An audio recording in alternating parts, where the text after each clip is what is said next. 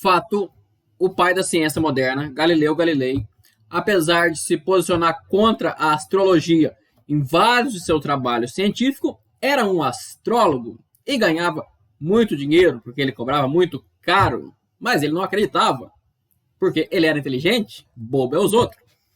Parece que aquele ditado, bobo estrada ruim, são duas coisas que não têm fim, é um pouco mais antigo do que a gente pensa, né? Eu sou o Luiz e vocês estão no Drone Physics.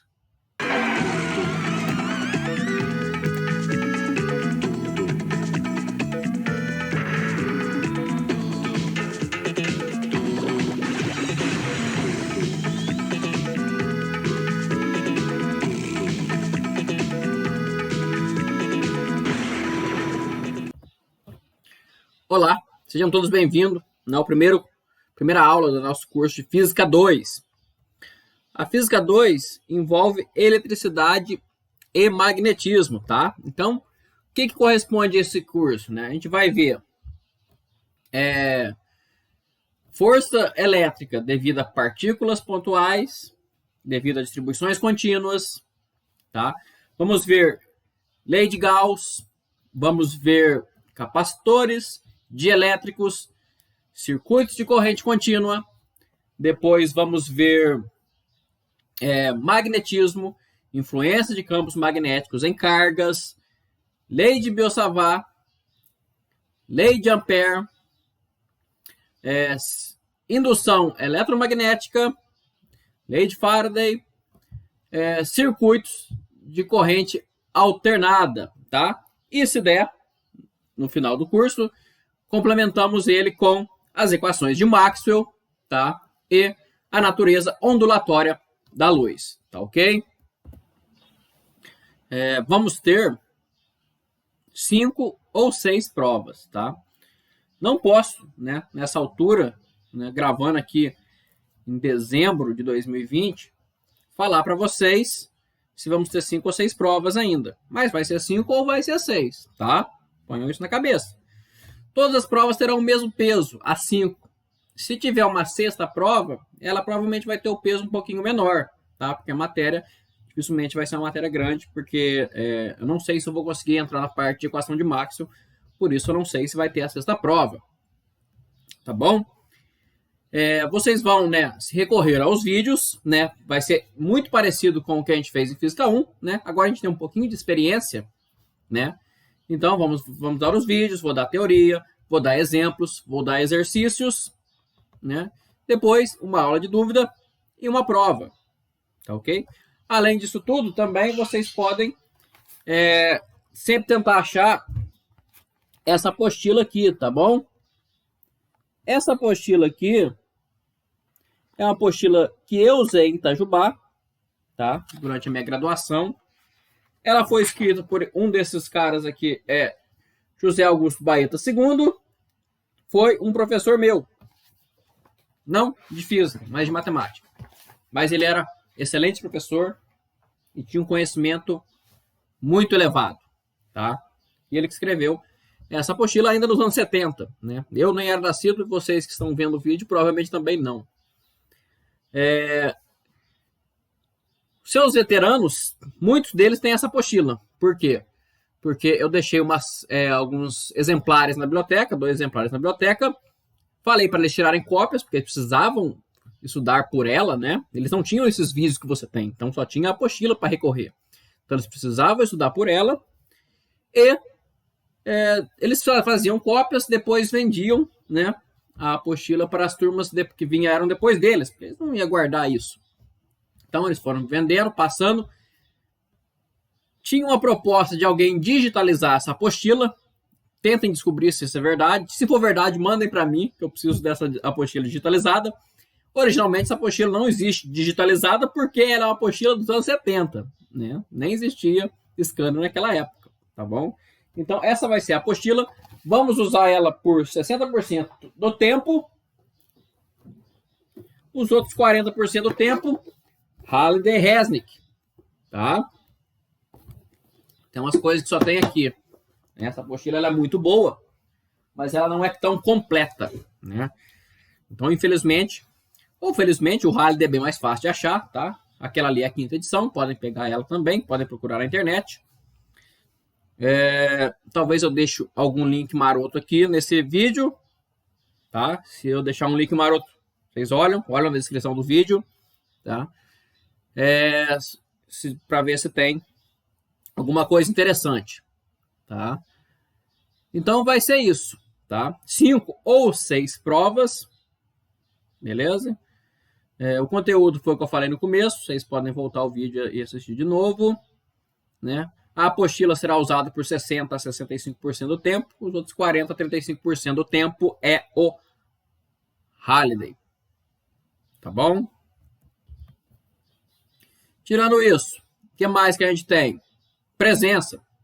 Por ser um curso à distância, que vocês têm, né? Podem consultar coleguinha, podem consultar livro, podem consultar os próprios vídeos, né? Podem consultar Deus e o mundo.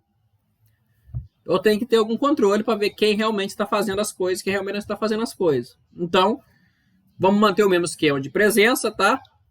Comentem o presente, nome completo, escrevam presente, assinem se é da turma da tarde ou da noite, né? E acabou. Né? Isso eu vou fazer a presença. A chamada será feita sempre antes da aula de dúvida, tá? Tem um pouquinho de confusão, né? Por falta de experiência minha, né? No último semestre, mas agora está bem claro. Primeira aula já estou falando.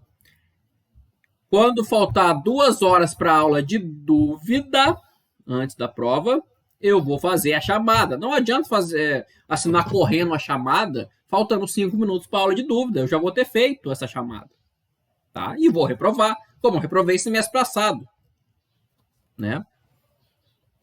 Eu tenho 1,5 milhão de argumentos que me possibilitam essa reprovação. Eu tenho colegiado a meu favor, tenho todas as coisas que eu estou gravando e falando para vocês, e depois eu descobri também que eu posso considerar assinar o vídeo como uma tarefa. Se vocês não estão cumprindo suas tarefas, vocês levam falta. Então, vocês não vão escapar da reprovação por falta, se não cumprir uma coisa tão simples quanto assinar um vídeo. Se vocês não estão assinando, vocês não estão vendo. Tá? Então, vai ser isso. Tá? Essa é a introdução do curso. Né? Vocês já me conhecem. Né? Eu sempre estou aberto a discussões por e-mail. Né? Alguns me mandam até o WhatsApp, às vezes eu respondo, às vezes não, porque é um pouco de folga demais, mas tudo bem. Se for realmente urgente, eu respondo. Né? Algumas dúvidas podem mandar por e-mail, né? E as dúvidas relacionadas aos exercícios sempre antes da prova. As provas serão em grupo, os grupos serão feitos de maneira completamente aleatória. É o SIGA que faz esses grupos, não sou eu. Eu acho isso maravilhoso, tá? Evita formar panelinhas. Então, e na prova vocês sempre assinam só o nome de quem participar. Se não colocar o nome, eu sempre boto uma punição de 15% na nota e dou ponto para todo mundo. Faço como todo mundo fez, mas com essa punição. Tá bem? Então, essa é a introdução do curso de Física 2, tá? Essa é a parte burocrática, tá? Depois eu vou mandar também o plano de ensino, né? Vou botando no SIGA cada uma das aulinhas, mas para isso eu tenho que ter um pouco de aulas gravadas para saber mais ou menos o andamento do curso. Tá bom? Esse curso ele é um pouco mais matemático que o Física 1, tá? Eu, particularmente, acho ele um curso mais fácil. Ele é um curso que você pode se basear mais na matemática. Tá? Então, se você sabe o caminho das pedras, né, ele é um curso mais receita de bolo, digamos assim. Se você sabe o caminho das pedras, você sai. Não precisa quebrar tanto a cabeça. Física 1, você precisa entender bem os conceitos. A matemática é mais ou menos simples, geralmente dá um sisteminha, dá um senos e cossenos, um triangulinho ali, acabou. Aqui não. Aqui o conceito é basicamente sempre o mesmo, né? Calcular força por lei de Coulomb, né? Então é sempre a mesma fórmula, só precisa saber, né, destrinchar, né, o que significa cada um dos termos, cada caso particular do exercício e aplicar.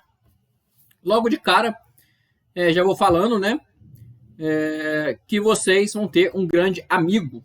Se não é amigo de vocês, vocês devem fazer amizade, né, rapidamente, que é a integral por substituição trigonométrica, tá? Eu sei que ela parece difícil. A primeira vez que eu vi esse curso de física, né, Física 2, eu achei que ele seria muito difícil, mas ele foi bem mais fácil que o de Física 1, por exemplo, né? Por quê? Porque eu fiz amizade com a substituição trigonométrica e ela aparece o tempo todo, o tempo todo. Então, se você sabe fazer isso, não vai ter muito problema. Se você não sabe, aí você terá problema, porque ela aparece o tempo todo, tá? Então, façam amizades com a substituição trigonométrica, né? Eu sei que talvez o ensino remoto dure mais semestres, né? Então, talvez você não esteja vendo este vídeo na primeira vez que ele foi lançado, né? Que é para a turma de 2021. Quer dizer, é segundo semestre de 2020 ainda, né? Caso você esteja vendo esse vídeo terceiro, quarto semestre de ensino emergencial, eu sei que você provavelmente teve cálculo 1 e cálculo 2 pelo EAD também, né? Pela internet. Então, né, eu sei que tem mais dificuldades. Porém, né, não é desculpa. Você ainda precisa fazer amizade com a substituição trigonométrica, tá? Se vocês fizerem amizade com a substituição trigonométrica, vocês já basicamente garantem aí 30% a 40% da nota do ano, tá? Pelo menos 30% da nota do ano vai estar baseado na substituição trigonométrica. O resto é um pouquinho de interpretação e outras coisinhas a mais, circuitinhos, que é fácil, tá? Tudo bem? Então, é isso. Não posso esquecer, né? Assinem a chamada, aproveitem, né? Peguem seu papel e caneta, vocês vão precisar anotar, vão precisar escrever, vão precisar fazer os exercícios. Peguem o seu cafezinho, sem café vai dar sono, né? Reza umas Ave Maria, ou para Iemanjá, ou para Thor e Odin, né? Ou para Zeus, cada um tem sua crença. E vamos começar o curso de Física 2. Vamos lá. Vamos começar com a história do eletromagnetismo, tá? Onde que o eletromagnetismo vai começar, tá? Ele começa no século 6 a.C., com um filósofo barra matemático, barra, né, pesquisador de ciências naturais, chamado Tales de Mileto, tá? Tales de Mileto é o primeiro a perceber um fenômeno interessante. Tem uma pedra que era conhecido como elétron, do grego, né? Que quando você atritava ela conseguia atrair pequenos materiais, né, levinhos, palha, papiro, grãos de areia, tá? Então, como essa pedra chamava elétron, né, esse fenômeno foi conhecido como eletricidade, eletricidade, né? Não sei falar isso em grego, não sei como é que é o nome certo, mas a eletricidade vem derivada da palavra elétron, que por sua vez era uma pedra. E essa pedra, hoje, a gente conhece como âmbar, tá? Então, o que é o âmbar? O âmbar, ele é uma resina, né? Ele nem é uma pedra de verdade, na verdade, né? Ele é uma resina, né? Que todo mundo que viu o Jurassic Park, né, sabe que o mosquitinho estava lá, no âmbar, tá? Então, o âmbar, além de ajudar a criar clones de dinossauro, também, né, ajudou a criar a eletricidade, tá? Então, a eletricidade nasce aí, tá? Vamos escrever isso aí, né? Então, a história da eletricidade começa no século 6 a.C., quando Tales de Mileto, do Teorema de Tales, né, descobre que uma pedra, vírgula, o âmbar, né, aparente, do grego, electron, né, quando atritada, era capaz, né, de atrair pequenos materiais, tá? Leves, né? Como palha, papiro, também atrairia papel, se papel existisse naquela época, né? Areia, tá bom? Então, começa aí a eletricidade, com Tales de Mileto observando esse fenômeno estranho, tá? O que mais que a gente tem, né? Então, deu-se o nome de eletricidade, né? Porque a pedra era o elétron, então Electron City, digamos assim, né? Isso é século 6 a.C., tá? A teoria da eletricidade morre aí, tá? Tales anota isso e ninguém dá moral para Tales. Fala assim, que bosta em Tales. Faz uma coisa útil da sua vida. E aí, o que acontece? 1900 anos no futuro, tá? Já no século XV, já um outro físico, né, barra filósofo, porque não existia esse termo ainda, né? William Gilbert, né? Gilbert redescobre os trabalhos de Tales e percebe alguma coisa interessante. Ele percebe também que não era uma exclusividade do âmbar, tá? Outros materiais, como vidro e seda, também exibiam essas propriedades. Vamos escrever isso aí, né? Então, o estudo da eletricidade só é retomado mais de 19 séculos depois.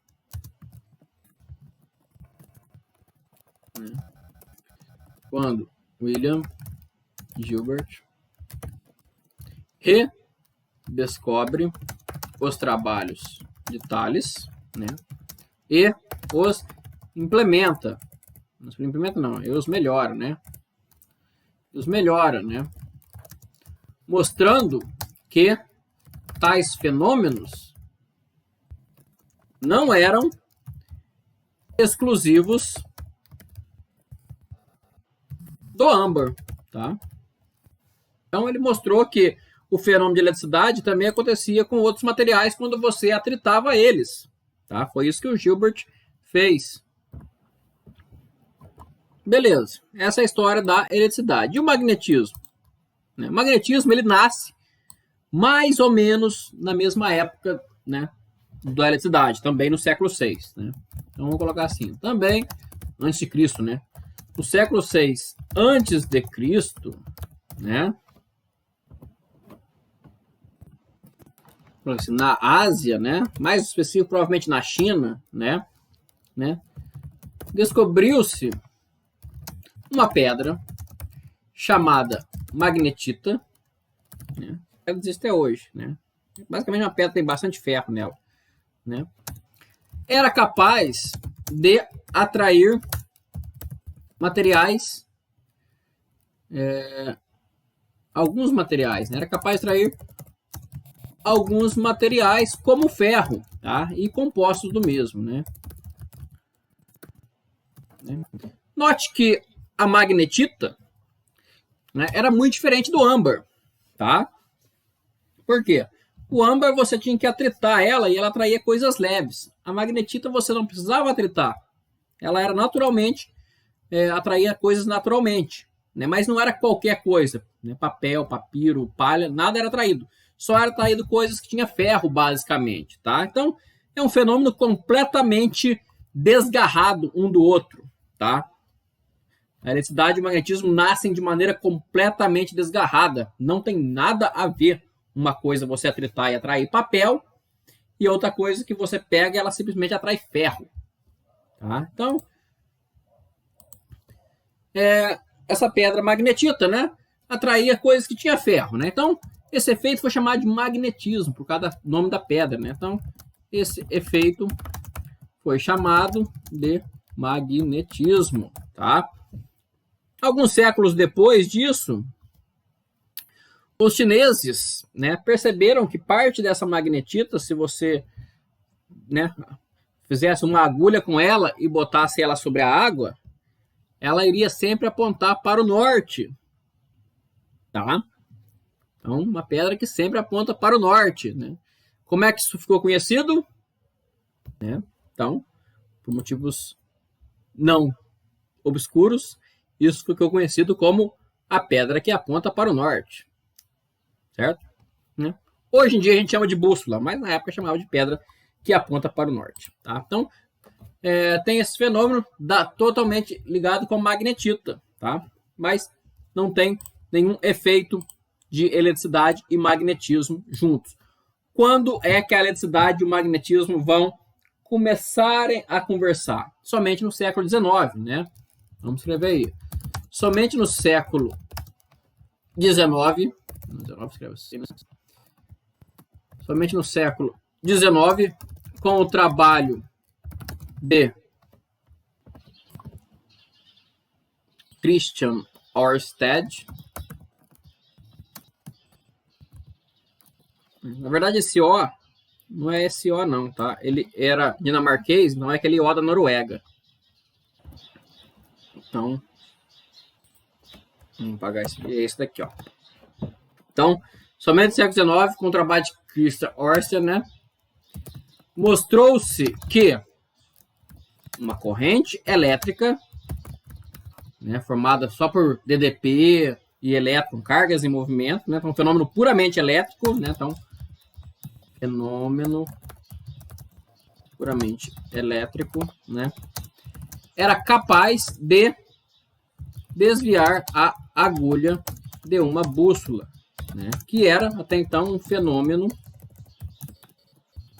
puramente magnético, tá? Então, com o trabalho de Ørsted, uma coisa completamente elétrica influenciava uma coisa completamente magnética, né? Então, nascia ali o eletromagnetismo, tá? Então, o eletromagnetismo nasce no século XIX.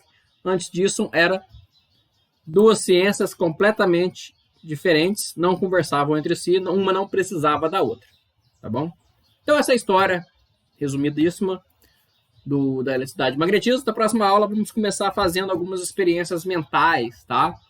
Eu vou falar, o que acontece se eu fizer isso, fizer aquilo, né? Vocês vão pensando e eu vou respondendo logo em seguida, tá bom? Então, nos vemos lá.